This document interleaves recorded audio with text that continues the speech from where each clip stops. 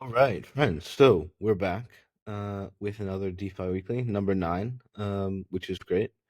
And the title of this DeFi Weekly is "The Ticker is ETH," uh, for reasons that you'll see pretty soon. So, as a kind of recap, what we always do here is kind of go over prices that have been like what's been going on with prices in the last little while. Talk about top movers, both big gainers and big losers. My favorite part is talking about the on-chain metrics and market structure.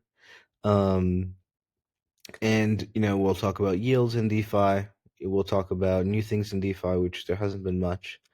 Um, and yeah, um, not much to go long on or short on today or this time, and there hasn't really been much to um give. I don't think, at least not that I've come upon. So we'll keep it pretty short today, um, and really just focus on what has been really happening, which is yeah, the price action of crypto assets. So it's it feels like a little bit of a historic time, especially for BTC.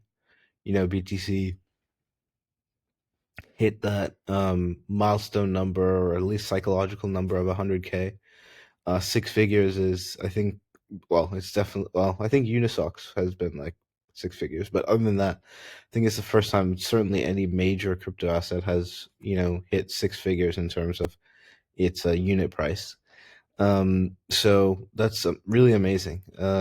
And we see ETH, kind of like we've seen in all cycles, where I remember in 2017, I remember in 2020, where I was feeling a little bit bad, I guess you could say, because the price of BTC ran so much, and I was like, oh, ETH is going to be left behind. And then a couple months later, ETH did really well. So it looks like similar thing is happening this time. And yeah, well, it should be interesting to see what kind of price action, or if ETH becomes a five-digit asset here pretty shortly. Similarly, there's Sol and Solana with its price action and what it's been happening there. It should be interesting. I think that's a big question, at least for me, is how Sol, like where Sol will be, or it really does feel like ETH and Sol are kind of competing, um, in a way. I I mean, obviously the Solana ecosystem, and it has a little bit of a different value proposition, and the teams that build there are, generally speaking, a little bit different in their motivations and also in their culture. But yeah, I'm. It should be interesting to see how it plays out in terms of these three assets, these three big assets that actually have some utility to them. How they like position how they position themselves, basically, both as technology stacks as well as um, yeah, just what their purpose is. And we're going to touch on something with Bitcoin pretty soon here that I think is really compelling, in terms of how it's emerged in the minds of many different people and market participants. And yeah, this is just it's just incredible. It's great. It's like, yeah, it's sensational how the market is performing these days. And in terms of big movers, these are the biggest movers over the last week. And there's really nothing here that I am too familiar with except for Convex. So Convex and the Cross Protocol, I guess, both. Um, it's interesting. We should, or you should, look into why these assets have moved up so much, and if there's going to be a reversion to the mean, or this is the reversion to the mean. Uh, because those are two like serious projects, that have real utility to them. I think these other ones are kind of either meme coins or, yeah, something nonsense. So yeah, and then in the biggest losers, doesn't seem like anything that has that has any real function um, has been uh, has been going down too much. The only one that I recognize there is Tribe, which is I believe was part of Fei, if I remember correctly, which was like a stablecoin thing back in the last cycle, which never achieved product market fit. All right, so now for my favorite part, is the on-chain metric. So last couple of times, you can see here,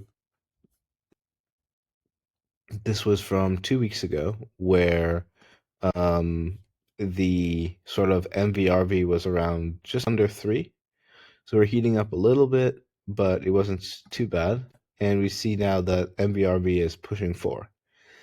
Um, and I think one thing I was saying last week is this kind of, to me, feels like a sort of no man's land of MVRV. I mean, certainly you could be bidding here, but it just it just feels like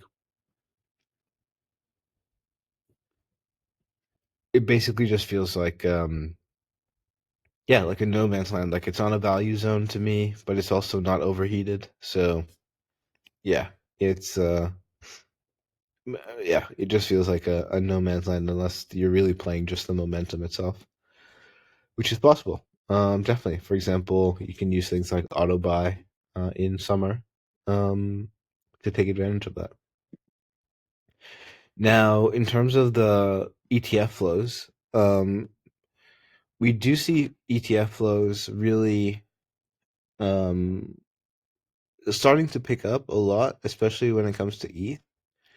But it doesn't seem like they're as aggressive as the beginning of 2024 for BTC, which gives me kind of a little bit of pause around, huh? Like, are we getting a little bit over our skis in terms of leverage, in terms of things like that in the market? Because you don't see the sort of natural bid coming in or the spot bid coming in as much. I don't think as before. So perhaps there's more leverage in the market than we would like. So yeah. And talking about leverage, this is a sort of map of funding. The more closer to red it is, the more overheated it is, the more people are paying to be long. And yeah, this is from a couple of weeks ago. As you can see, it was not so bad, not so overheated. And over here, we see that yeah, it's starting to heat up. So as I mentioned, I think a little bit of a no man's land relative to a month ago or so, where it was clearly like a more of a value zone. And yeah, so I think it's good to be a little bit cautious here. I would presume. Now, when I was talking before about the market narratives, and of course, BTC this week became a 6-figure shitcoin, but no, it became 6-figure digital gold. And on the left here, this is Jerome Powell, the chairman of the Federal Reserve of the United States Central Bank, basically. And he was in an interview earlier this week, and he mentioned this is him talking about Bitcoin, and he says it's like gold. It's just like gold, only it's virtual. It's a digital gold. Um, and to me, we've come so far. I think I remember Jerome Powell talking about you know uh, it, Bitcoin is simply a speculative asset just a couple of years ago. So yeah, and now him talking about it in the same breath as gold, which is, a multi-trillion-dollar asset, where BTC is just a fraction of the value. Looks like we still have a long way to go in terms of the market value of Bitcoin eclipsing that of gold, or eating into that of gold. It even being 50%, or even it being, 60% of the value of gold, means multiples of market value to be created in BTC, and that's not even to speak of things like ETH and Sol, which have a little bit of a beta or a little bit of a increased volatility um, relative to Bitcoin. So this to me is just incredibly bullish, incredibly optimistic, I would say, for BTC and crypto assets, especially with the backdrop of a lot of deregulation that is set to happen with the new presidential administration in the United States.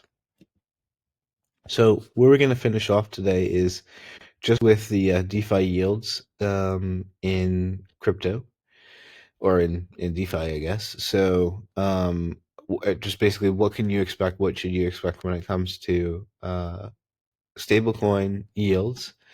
And firstly, we have kind of you can see the median APY of stablecoin yields ticking up, which makes sense, I guess, with the demand for leverage and stuff like that in the ecosystem. It makes sense that it would be ticking up a bit. Now, what are the best yields that you can kind of expect? It makes sense that Athena SUSDE is kind of the top yield right now, because their mechanism is really like the other side of this.